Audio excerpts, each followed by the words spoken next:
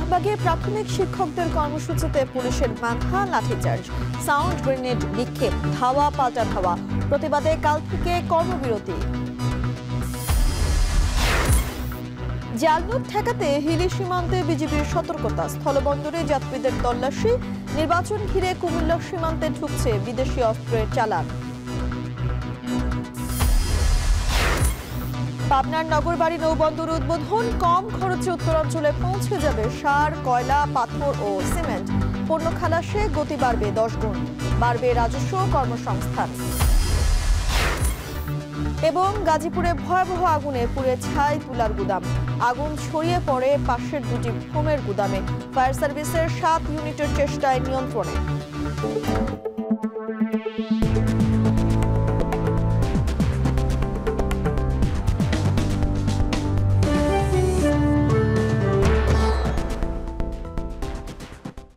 স্বাগত। এখন জনপদের সঙ্গে আছি আমি তানজিলা খান মিম। পুলিশের লাঠিচার্জ ও সাউন্ড গ্রেনেডে পণ্ড হল সরকারি প্রাথমিক বিদ্যালয়ের শিক্ষকদের পেন ডাউন কর্মসূচি। এ সময় শতাধিক শিক্ষক আহত হয়, পুলিশের বেশ কয়েকজন সদস্য আহত হয়েছে। 3 দফা দাবিতে প্রথমে শান্তিপূর্ণ শাহবাগমুখী পদযাত্রা পুলিশের ব্যারিকেড ভাঙার চেষ্টায় বাধে বিপত্তি। শুরু হয় পুলিশের সাথে ধাওয়া পাল্টা ধাওয়া। অপরদিকে ইট পাটকেল নিক্ষেপ করে পুলিশকে প্রতিহত করার চেষ্টা করে শিক্ষকরা। শান্তিপূর্ণ পেন ডাউন কর্মসূচিতে পুলিশ হামলা চালিয়েছে বলে অভিযোগ শিক্ষকদের। অপরদিকে পুলিশ বলছে কলম জমা দিয়ে ব্যারিকেডে ভাঙার চেষ্টা করছিল শিক্ষকরা। 3 দফা দাবি পূরণ না হওয়া পর্যন্ত কাল থেকে সারা দেশে অনির্দিষ্টকালের কর্মবিরতির ঘোষণা দিয়েছেন তারা।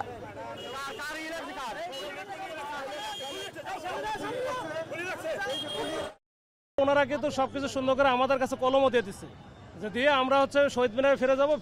ফেরত গিয়ে আমাদের নেতৃত্বে যারা আছে তাদের সাথে ঠান্ডা মাথায় কথা বলে পরবর্তী কর্মসূচি নির্ধারণ করবো, এইভাবে কথা আছে। ওরা সুন্দর করে আমাদের ধন্যবাদ জানালো। এখন এই পাশ থেকে তার আবার এগেনস্টে গ্রুপ আছে, এটা তার যায় না। তারা দেখি ব্যারিকেড ভেঙে ভিতরে ঢোকার চেষ্টা করলো। তো এই সময় তখনই তো আমাদের সাথে লাগলো। তাছাড়া তার আগে তো একেবারে শান্তিপূর্ণ ছিল, খুবই ভালো ছিল। অনেকে আহত হয়েছে, যে আমার তো হাতে গেছে। সম্প্রতি দেশের একটি সীমান্ত দিয়ে ভারত থেকে জাল নোট প্রবেশের তথ্য ছড়িয়ে পড়ার পর হিলি সীমান্ত দিয়ে জাল নোট প্রবেশ ঠেকাতে বাড়তি সতর্কতা জারি করেছে বিজিবি। সকাল থেকে চেকপোস্ট গেটে বৈধ পাসপোর্ট যাত্রীদের তল্লাশির পাশাপাশি সীমান্তের বাড়ানো হয়েছে বিজিবির নজরদারি। সীমান্তে যে কোনো ধরনের অপতৎপরতা ঠেকাতে বিজিবি সদস্যরা সব সময় প্রস্তুত রয়েছে বলে জানান বিজিবি কর্মকর্তা। সোহেল রানার পাঠানো তথ্য ছবি নিয়ে প্রতিবেদন। ভারত থেকে জাল নোট ঢুকছে বাংলাদেশে, এমন তথ্য পাওয়ার পর সীমান্তবর্তী এলাকায় জাল নোটের অনুপ্রবেশ ঠেকাতে নজরদারি জোরদার করে বিজিবি। এর ধারাবাহিকতায় উত্তরের সীমান্তবর্তী এলাকা হিলিতে শুরু হয় জয়পুরহাট 20 বিজিবির টহল জোরদার ও গোয়েন্দা নজরদারি। হিলি ইমিগ্রেশন চেকপোস্টে বৈধ পাসপোর্ট যাত্রীদের তল্লাশি ও নিরুৎসাহিত করা হয় বাংলাদেশি মুদ্রা বহনে। কঠোর নিরাপত্তায় তারা নজরদারিতে রাখতেছে, প্রত্যেকটা যাত্রীকে তল্লাশি করতেছে। আর হিলি সীমান্ত দেখা যাচ্ছে যে কঠিন নিরাপত্তা চাদরে তারা ঘিরে রেখেছে। আমাদের বিডিআর ভাইরা যারা আছেন, আমাদের সিও মহোদয় কঠোর নির্দেশনায় আমরা জাল টাকা প্রতিরোধের জন্য সর্বাত্মক চেষ্টা করে যাচ্ছি। ভারত থেকে বাংলাদেশে আসলাম, ওই দিক থেকে বাংলার টাকা আনতে দিচ্ছে না, তার জন্য চেকিং চলছে। সীমান্তবর্তী এলাকায় সব ধরনের অতৎপরতা ঠেকাতে প্রস্তুত রয়েছে বিজিবি। আর জাল নোটের প্রবেশ ঠেকাতে নিরাপত্তার কথা জানালেন বিজিবির এই কর্মকর্তা। আইসিপিতে আমাদের ডিউটি করেন, তাদেরকে বলা হয়েছে যে কোনো ধরনের টাকা প্রবেশের ক্ষেত্রে তারা এগুলো চেক করবে এবং যা সাজিয়ে যে সকল ব্যক্তিবর্গ আপনার বৈধভাবে আসছে, তারপরেও তাদের সাথে টাকা থাকছে, অতিরিক্ত কোনো টাকা থাকলেও সেটা চেক করবে, নর্মাল টাকা থাকলেও সেগুলো চেক করবে। জয়পুরহাট 20 বিজিবি ব্যাটালিয়নের অধীনে সীমান্ত রয়েছে 48 কিলোমিটার, যার মধ্যে সিসিটিভি ক্যামেরায় আওতায় রয়েছে 3 কিলোমিটার এলাকা। আফনান অপসরা, এখন। কুমিল্লার ভারত সীমান্ত প্রায় 106 কিলোমিটার বিস্তৃত। এই সীমান্ত এলাকা দেশের জন্য শুধু ভূ রাজনৈতিক গুরুত্ব বহন করে না, পাশাপাশি নিরাপত্তার জন্য এক বড় চ্যালেঞ্জ। কুমিল্লার সীমান্তের এই পথে প্রতিনিয়ত বাড়ছে বিদেশি অস্ত্রের চালান। নির্বাচন ঘিরে দেশে অরাজকতা তৈরি ও সহিংসতার বাড়াতেই আনা হচ্ছে এসব অস্ত্র, শঙ্কা করছে বিজেপি। মাসুদ আলমের প্রতিবেদন, ক্যামেরা ছিলেন ফোরকান হোসেন। বাংলাদেশ ভারত সীমান্ত ঘেঁষা কুমিল্লার যশপুর এলাকা। দিনের আলো ফোটার আগেই অভিযান চালায় বর্ডার গার্ড বাংলাদেশ বিজিবি। মাদকের খোঁজে গিয়ে হাতে আসে অস্ত্রের চোরাচালানের নতুন চিত্র। মাদকের আড়ালে আসা প্যাকেট থেকে জব্দ করা হয় 2টি বিদেশি পিস্তল, 2টি ম্যাগজিন ও 2 রাউন্ড গুলিসহ বেশ কিছু আগ্নেয়াস্ত্র। এ নিয়ে উদ্বেগ বাড়ছে স্থানীয় পর্যায়ে। আমাদের এই ভূমির যোগাযোগটা সহজ বলে এবং আমাদের বিজেপি এবং অপোজিটে বিএসএফের এই বিষয়গুলো তদারকি অনেক কম বলে এবং আগ থেকে আমরা বিভিন্ন পণ্য অবৈধভাবে এই সীমান্ত দিয়ে আনা নেওয়া করছি, চোরাচালানের একটা স্বর্গরাজ্য তৈরি হচ্ছে। সামনে যেহেতু আমাদের জাতীয় নির্বাচন, এই সময়টাতে এরা সংঘবদ্ধ হচ্ছে। আমার মনে হয় যে এই সীমান্ত আরও সতর্ক হওয়া দরকার। বিজিবি বলছে কুমিল্লার সীমান্তকে ট্রানজিট পয়েন্ট হিসেবে ব্যবহার করছে অস্ত্র চোরাচালানকারীরা। আসন্ন জাতীয় সংসদ নির্বাচন ও অভ্যন্তরীণ রাজনৈতিক পরিস্থিতিকে ঘিরে দেশে অস্থিতিশীলতা তৈরির পরিকল্পনায় এ অস্ত্র ঢোকানো হচ্ছে বলে আশঙ্কা তাদের। আগে থেকেই গোয়েন্দা ইনফরমেশন তথ্য ছিল, এটা জেনারেল ইনফরমেশন যে এই নির্বাচন কেন্দ্রিক দেশে একটা অরাজকতা তৈরির জন্য পার্শ্ববর্তী দেশ থেকে অস্ত্র আসার একটা সম্ভাবনা রয়েছে এবং বিভিন্ন জায়গায় কিন্তু অস্ত্র উদ্ধারও হয়েছে। আমরা কিন্তু অস্ত্রের যাতে কোনো ধরনের চোরাচালান হতে না পারে সেই ব্যাপারে আমরা পূর্বের তুলনায় অনেক বেশি তৎপর রয়েছি। চলতি বছরের গেল 10 মাসে সীমান্ত এলাকায় চোরাচালানকৃত প্রায় 60 কোটি টাকা মূল্যের মালামাল জব্দ করা হয়েছে, যেখানে আছে অস্ত্র ছাড়াও মাদক, আতশবাজি ও পোশাকসহ বিভিন্ন ভারতীয় পণ্য।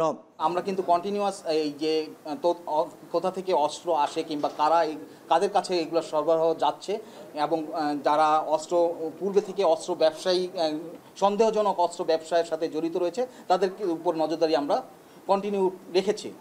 তথ্য বলছে সীমান্ত পথে অস্ত্রের অবৈধ চোরাচালান ছাড়াও গেল 2 মাসে কুমিল্লায় বিভিন্ন ধরনের 12টি আগ্নেয়াস্ত্র জব্দ করেছে আইন শৃঙ্খলা বাহিনী।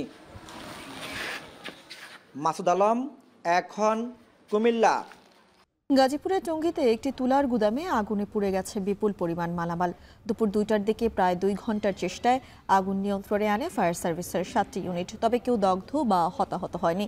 প্রত্যক্ষদর্শীরা জানান বেলা 11:30টার দিকে মিলগেট এলাকার একটি তুলার গুদামে হঠাৎ আগুন লাগে। মুহূর্তে কালো ধোঁয়ায় ছেয়ে যায় আশেপাশের এলাকা। গুদাম থেকে আগুন ছড়িয়ে পড়ে আশেপাশের আরও 2টি ফোমের গুদামে। এতে স্থানীয়দের মধ্যে আতঙ্ক দেখা দেয়। খবর পেয়ে ফায়ার সার্ভিসের একাধিক ইউনিট ঘটনাস্থলে পৌঁছে আগুন নিয়ন্ত্রণের চেষ্টা করে।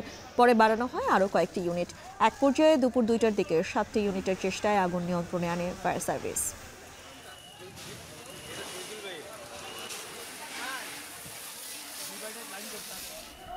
উত্তরাঞ্চলে নৌপথে পণ্য পরিবহনের সুবিধা বাড়াতে পাবনার নগরবাড়ি নদীবন্দর আধুনিক টার্মিনাল কমপ্লেক্স উদ্বোধন করা হয়েছে। সকালে নৌ পরিবহন উপদেষ্টা এম শাকফত হোসেন আরও বলেন, এই বন্দর চালু হওয়ায় পণ্য খালাসে গতি বাড়বে অন্তত 10 গুণ। এছাড়াও রাজধানীর সাথে দূরত্ব কমবে প্রায় 80 কিলোমিটার। সে সঙ্গে সরকারের রাজস্ব আয়ের পাশাপাশি বাড়বে কর্মসংস্থানও। বিস্তারিত প্রতিবেদনে। নদীমাতৃক বাংলাদেশের পণ্য পরিবহনের অন্যতম ভরসা নৌপথ। তবে জলের বুকে জেগে ওঠা চর ব্যাহত করেছে নৌ চলাচল, যার কারণে দেশের নৌবন্দরগুলো প্রায় অচল। নদীপথে উত্তরবঙ্গের অন্যতম প্রবেশদ্বার নগরবাড়ির এই নৌবন্দর। চট্টগ্রাম ও মংলার পর এখান থেকে উত্তরাঞ্চলের 16 জেলায় কয়লা, সার, পাথর সহ বিভিন্ন ধরনের পণ্য সরবরাহ করে ব্যবসায়ীরা। মৃতপ্রায় এই পথে 2018 সালে পুনরুদ্ধারে ও নগরবাড়ি নৌবন্দর স্থাপনের উদ্যোগ নেয় সরকার। দীর্ঘ প্রায় 7 বছর পর চালু হলো এই নদী বন্দরটি। শনিবার সকালে আধুনিক টার্মিনাল কমপ্লেক্স উদ্বোধন করেন নৌ পরিবহন উপদেষ্টা এম শাকফত হোসেন। রাজধানীর সাথে সড়কপথে দূরত্ব কমাবে প্রায় 80 কিলোমিটার। যমুনা সেতুর উপর চাপ কমবে, কম খরচে সহজে নদীপথে বিপুল পরিমাণে সার, কয়লা, সিমেন্ট, পাথর সহ অন্যান্য পণ্য আনা নেওয়া করা যাবে নগরবাড়ির নৌবন্দর দিয়ে। তবে নাব্য ঠিক রাখা এই নৌবন্দরের প্রধান চ্যালেঞ্জ। আশুগঞ্জ, পানগাঁও, খানপুর এবং রৌমারীতে টার্মিনাল কমপ্লেক্স নির্মাণ করছি এবং এই সবগুলো টার্মিনাল নির্মিত হলে ইনশাল্লাহ আগামী 2027 নাগাদ আমাদের বাৎসরিক ক্যাপাসিটি 99 লক্ষ মেট্রিক টন হবে। তাই এই বন্দরগুলো দিয়ে আমরা 99 লক্ষ মেট্রিক টন মালামাল ওঠানামা করাতে পারবো। পণ্য খালাসে আধুনিক যন্ত্রপাতির ব্যবহার করা হবে, এতে জাহাজ থেকে পণ্য খালাস বাড়বে কয়েক গুণ। বর্তমানে প্রতিদিন মালপত্র খালাস করা হচ্ছে 2000 টন। বন্দর পুরোপুরি চালু হলে খালাস পণ্যের পরিমাণ দাঁড়াবে অন্তত 20,000 টন। বাড়বে রাজস্ব আয়ও। নগরবাড়িতে আমরা কোনো ইকুইপমেন্ট দেবো না, আমাদের ইনফ্রাস্ট্রাকচার থাকবে। আমরা যিনি লিজ নেবেন দুই পার্টে, একটা হচ্ছে বন্দর পরিচালনা আর একটা হচ্ছে গুদামজাতকরণ। যিনি লিজ নেবেন সমস্ত ইকুইপমেন্ট তার হতে হবে, এবং ইকুইপমেন্ট হবে BIWTA যে প্রেসক্রিপশন মধ্যে ইকুইপমেন্ট চাচ্ছে। আমি চেষ্টা করছি যে কিছু কিছু জায়গাকে সরাসরি চট্টগ্রাম বন্দরের সাথে যুক্ত করা। নদীবন্দর নির্মাণে 2018 সালে প্রায় 557 কোটি টাকার যমুনা পারে 36 একর জায়গা জুড়ে কাজ শুরু করে সরকার। সংশ্লিষ্টরা বলছে এই বন্দর চালু হওয়ায় বছরে 36 কোটি লিটার ডিজেল সাশ্রয় হবে, আর পণ্য ওঠানামা করবে 99 লাখ মেট্রিক টন। উত্তরবঙ্গের মানুষের যেন আজকে স্বপ্ন পূরণের দিন। আজকে উদ্বোধন হলো নগরবাড়ির নৌবন্দর। সেই নৌবন্দরকে কেন্দ্র করে সাধারণ জনগণ, তার পাশাপাশি পাবনার মানুষ, ব্যবসায়ীরা সবাই এখানে উপস্থিত হয়েছেন। তারা বলছেন এর ফলে কর্মসংস্থান যেমনি বাড়বে, তেমনি বাংলাদেশের অর্থনীতিতেও প্রভাব ফেলবে এই নৌবন্দর। শাহাদাত অবশ্য এখন পাবনা। চট্টগ্রাম বন্দরের নিউ মোরিং কন্টেইনার টার্মিনাল সহ বিভিন্ন স্থাপনা বিদেশি অপারেটরদের হাতে তুলে দেওয়ার উদ্যোগের প্রতিবাদে চট্টগ্রামে মানববন্ধন ও বিক্ষোভ করেছেন বন্দরের শ্রমিক কর্মচারীরা। সকালে চট্টগ্রাম প্রেস ক্লাবে শ্রমিক কল্যাণ ফেডারেশন আয়োজিত এই কর্মসূচিতে অংশ নেন কয়েকশো শ্রমিক। বক্তারা বলেন, দেশের আমদানি রপ্তানি বাণিজ্যের 92% নিয়ন্ত্রণ করে চট্টগ্রাম বন্দর। এমন স্থাপনা বিদেশিদের হাতে তুলে দেওয়ার প্রতিবাদে মাঠে নেমেছে ব্যবসায়ী সংগঠন, উদ্যোক্তা, পরিবহন শ্রমিক সহ বিভিন্ন সংগঠন। কয়েক মাস ধরে চলমান মিছিল, সভা সমাবেশ সহ নানা কর্মসূচির পরও একটি পক্ষ সব কিছু উপেক্ষা করে নিউ মোরিং কন্টেইনার টার্মিনালটি দুবাই ভিত্তিক ডিপি ওয়ার্ল্ডকে ও লালদিয়ার চর ডেনিস কোম্পানির হাতে তুলে দেওয়ার চেষ্টা করছে। এই সিদ্ধান্ত থেকে সরকারকে সরে আসার আহ্বান জানান শ্রমিকরা। দাবি না মানলে সামনে কঠোর কর্মসূচি দেওয়ার ঘোষণা দেন শ্রমিক নেতারা।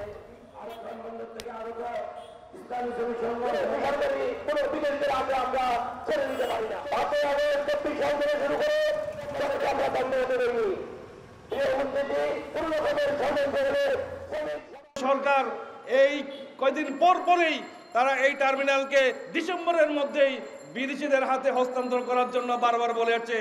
আমরা এর তীব্র প্রতিবাদ এবং নিন্দা জানাই, এবং আজকের এই সমাবেশ থেকে আমরা বলতে চাই, চট্টগ্রাম বন্দরে হাজার হাজার শ্রমিক তারা কোনো অবস্থাতেই এই এনসিডিকে বিদেশিদের হাতে তুলে দিবে না। 4 দিনের শুভেচ্ছা সফরে বাংলাদেশে পৌঁছেছেন পাকিস্তান নৌবাহিনীর জাহাজ PNS সাইফ। সকালে জাহাজটি চট্টগ্রাম বন্দরে পৌঁছায়। এ সময় চট্টগ্রাম নৌ অঞ্চলের কমান্ডারের পক্ষে চিফ স্টাফ অফিসার জাহাজের কর্মকর্তা ও নাবিকদের স্বাগত জানান। ঐতিহ্যবাহী রীতি অনুযায়ী নৌবাহিনীর সুসজ্জিত বাগদল ব্যান্ড পরিবেশন করে। এ সময় জাহাজটিকে স্বাগত জানাতে বাংলাদেশে নিযুক্ত পাকিস্তান হাই কমিশনের প্রতিনিধি সহ নৌবাহিনীর কর্মকর্তাগণ উপস্থিত ছিলেন। এর আগে জাহাজটি কুতুবদিয়ায় বাংলাদেশের জলসীমায় এসে পৌঁছলে বাংলাদেশ নৌবাহিনী জাহাজ বনৌজা স্বাধীনতা অভ্যর্থনা জানায়। বাংলাদেশে অবস্থানকালে বানৌজা জাহাজটির অধিনায়ক ও অন্যান্য কর্মকর্তা চট্টগ্রামের বিভিন্ন ঐতিহাসিক ও দর্শনীয় স্থান, নৌবাহিনী জাহাজ ও ঘাটে পরিদর্শন করবেন। পাশাপাশি বাংলাদেশ নৌবাহিনীর কর্মকর্তা ও নাবিকগণও পাকিস্তানের জাহাজটি পরিদর্শন করবেন। এতে দুই দেশের মধ্যকার সৌহার্দ্যপূর্ণ দ্বিপাক্ষিক সম্পর্ক আরও জোরদার হবে বলে মনে করছেন নৌবাহিনীর কর্মকর্তারা। শুভেচ্ছা সফর শেষে জাহাজটি আগামী 12 নভেম্বর বাংলাদেশ ত্যাগ করবে। কক্সবাজারের কুতুবদিয়া চ্যানেল সাঁতরে পাড়ি দিলেন দেশের বিভিন্ন প্রান্তের 10 জন সাঁতারু। সকাল 11টায় পেকুয়ার মগনামা ঘাট থেকে শুরু হয় সাঁতার, শেষ হয় কুতুবদিয়ার বড়খোপ ঘাটর ম্যানগ্রোভ এলাকায় গিয়ে। কুতুবদিয়া চ্যানেলে তৃতীয়বারের মতো এ প্রতিযোগিতার আয়োজন করে বাংলাদেশ ওপেন ওয়াটার সুইমিং নামে একটি সংগঠন। আয়োজনের মিডিয়া পার্টনার ছিল এখন টেলিভিশন। 1 ঘন্টা 4 মিনিট সময় নিয়ে কুতুবদিয়া চ্যানেল পাড়ি দিয়ে প্রথম হন বগুড়ার রাব্বি রহমান। পানিতে ডুবে মৃত্যুহার কমানো, উপকূলের জীববৈচিত্র্য রক্ষা, নদী সমুদ্রকে দূষণ থেকে রক্ষার পাশাপাশি এই অঞ্চলের ওয়াটার ট্যুরিজমকে উৎসাহিত করতে এই উদ্যোগ বলে জানালেন আয়োজকরা।